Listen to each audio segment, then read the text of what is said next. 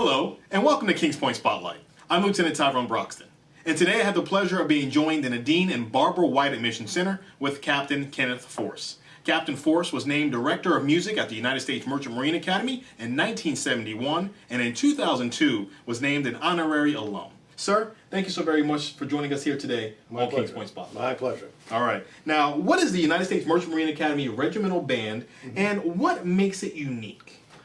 It's probably the most unique band in America, as a matter of fact. We are trained by one of Royal Marine that comes in once a year, helps us with the marching. Our instruments are basically British or European. And a lot of this dates back to George Washington's army, because remember Baron von Steuben directed the drill for George Washington's army. And many of the traditions that the British have, believe it or not, the Americans stole for their bands in the old days. Okay, there was a slow time and there was a quick time. So what makes our band unique are the uniforms, the people in the band are Merchant Marine cadets, and as such, they're not professional musicians. Although the standard often requires you professional standards. We go out and we expect our midshipmen to be the best. And to reflect that in everything they do as far as music is concerned. Now, for a student who's looking at applying to a service academy, but he's a phenomenal, or she is a phenomenal musician, why should they really take a good interest in the United States Merchant Marine Academy? Well, very simply, we're the only federal academy that doesn't have a professional band on the grounds or one in the area. So our midshipmen actually are called upon to do professional jobs. For instance, we represent the maritime industry and the academy and our alumni at the presidential inauguration parade. Well, the other academies, they march behind the United States Army Band, the United States Marine Band, whatever it happens to be, the professional musicians. We are the professional musicians. And as such, we take pride in, I always say to the students, we may not outplay those bands, but by gosh, we're gonna outmarch them, and we do. Okay, very good. Now, how many midshipmen make up the band, and can anyone play in it? Oh, good question. We have usually between 70 and 80 musicians around here. Sometimes it dips a little lower because of the sea year. Remember, 1/3 of our band is at sea at all times, so the band switches and switches. So I never know exactly how many we're going to have, but when you really look at it, we have almost 1/10 of the regiment in the band, which is really remarkable. As far as people coming in, you know, we have midshipmen that say, I want to be in a band, but I don't play an instrument.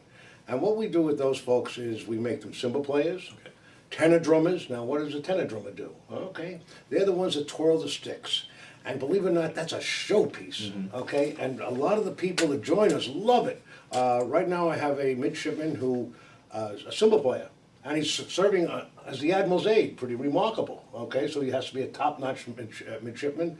He was never a great musician, but I'll tell you something, his enthusiasm made him a great musician.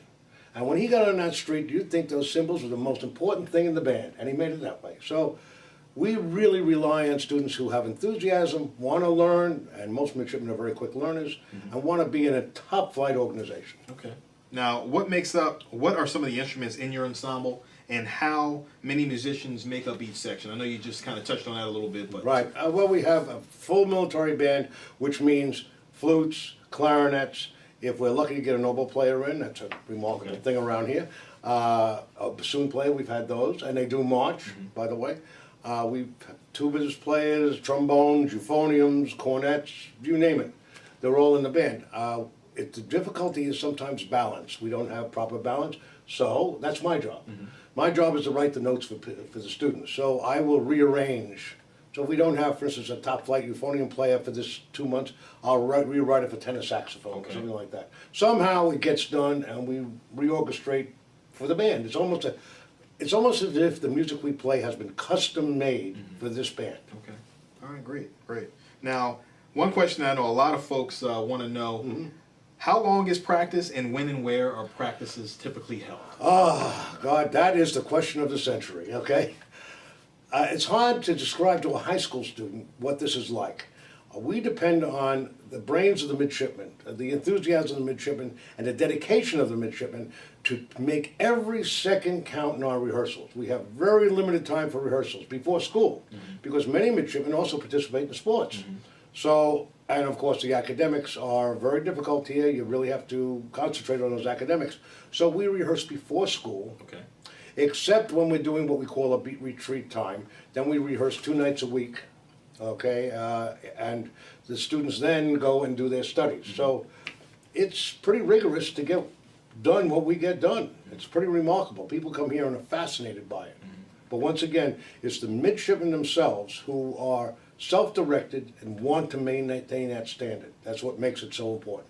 You just spoke on athletics. Speaking of it, Yes, we know. how do I play in the band? I play myself personally. I played alto saxophone, soprano saxophone in high school. Right. Now, say I want to continue to do that, but I also play basketball and baseball and or football or Right. swim or run track.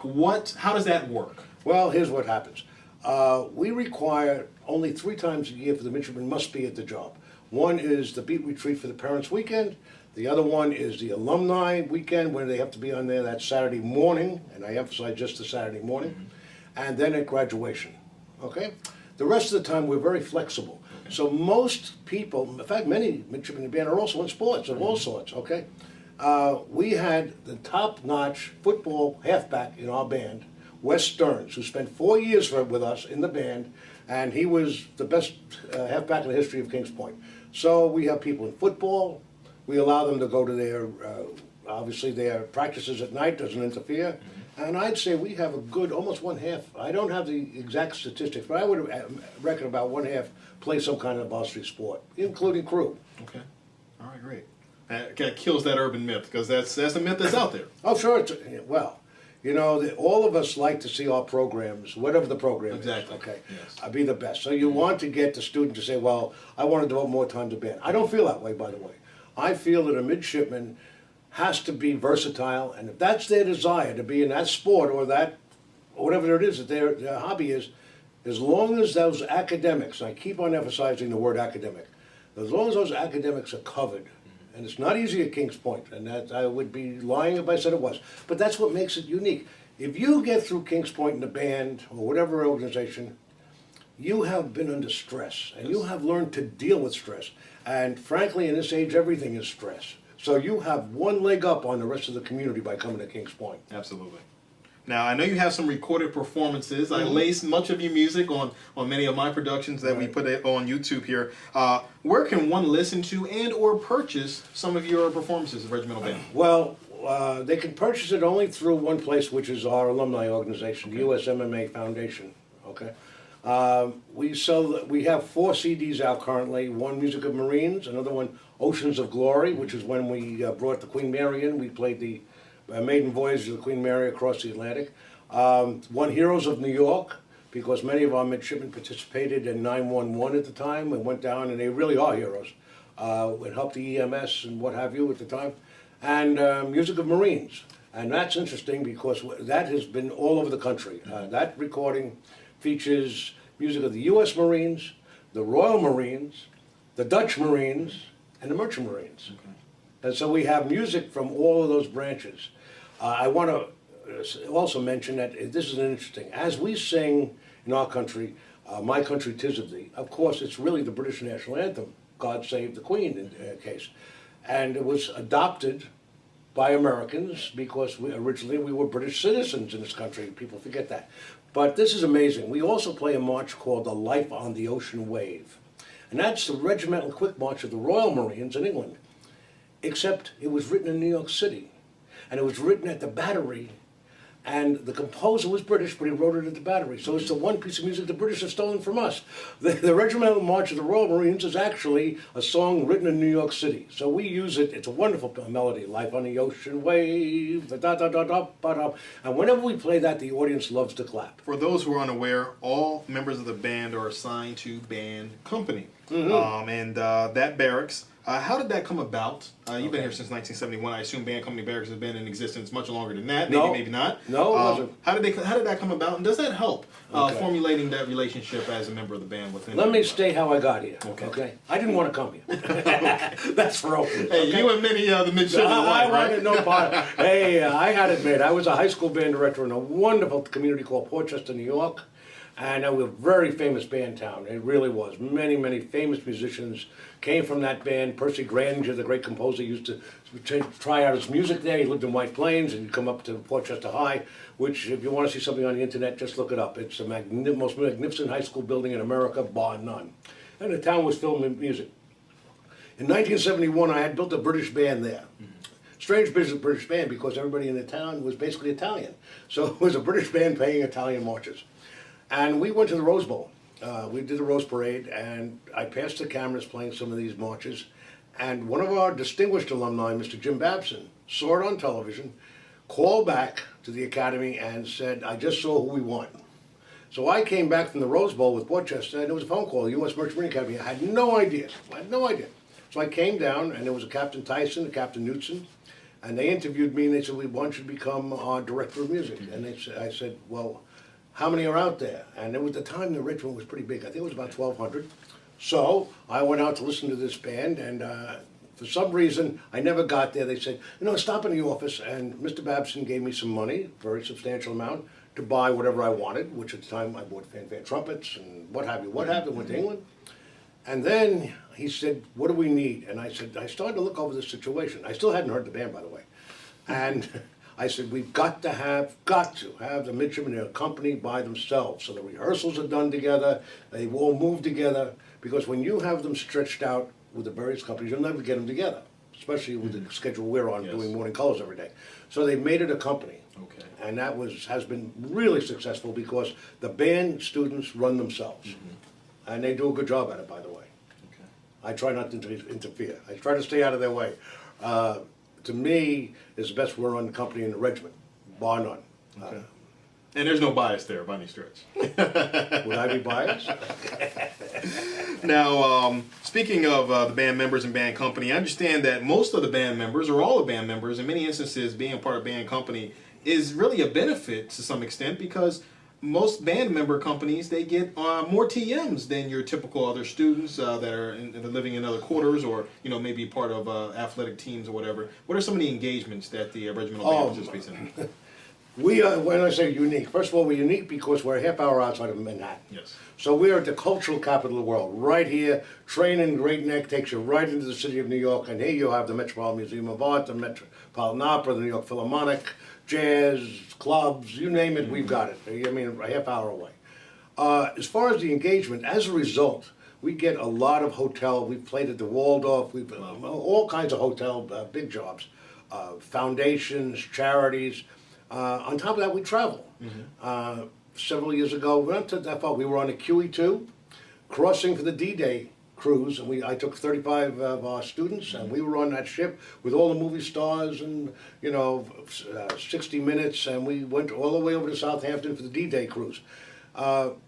We were in Quebec City a few years ago at the International Festival of Military Bands, and the Consul General of America at the time said, this has got to be the most wonderful band that's ever been up here, and what a credit to America. And one of the things we did, we changed the guard at the Citadel on the Plains of Abraham, and they have a wonderful regiment there called the Vendus, the 22nd of Canada, and they're a very famous French-Canadian regiment.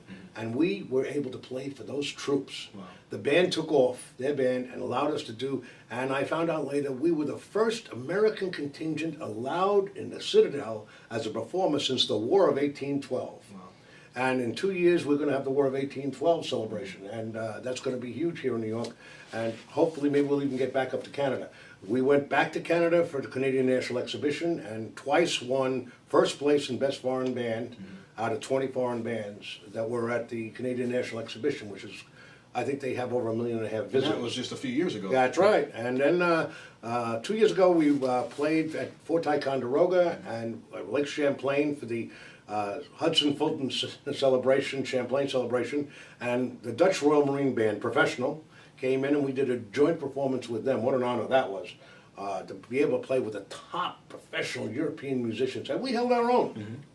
Once again, I attribute the dedication of these midshipmen. They are dedicated. See, they feel that this is different than what they did in high school. And that's not to put it down to anybody in high school. But this is truly a unique band. When you see our corps of drums come out with the bugles and they do drum beatings and so on and so forth, that dates back to sailing ship days. when you couldn't hear calls during battle, so they had bugles sounding and drums banging. So that was military calls, and this is the tradition that we are. We are a sea tradition, and it's got its very roots right in the old sailing ships. The Constitution carried a band. The USS frigate Constitution carried a 13-piece band. I mean, it's remarkable. So that's our tradition.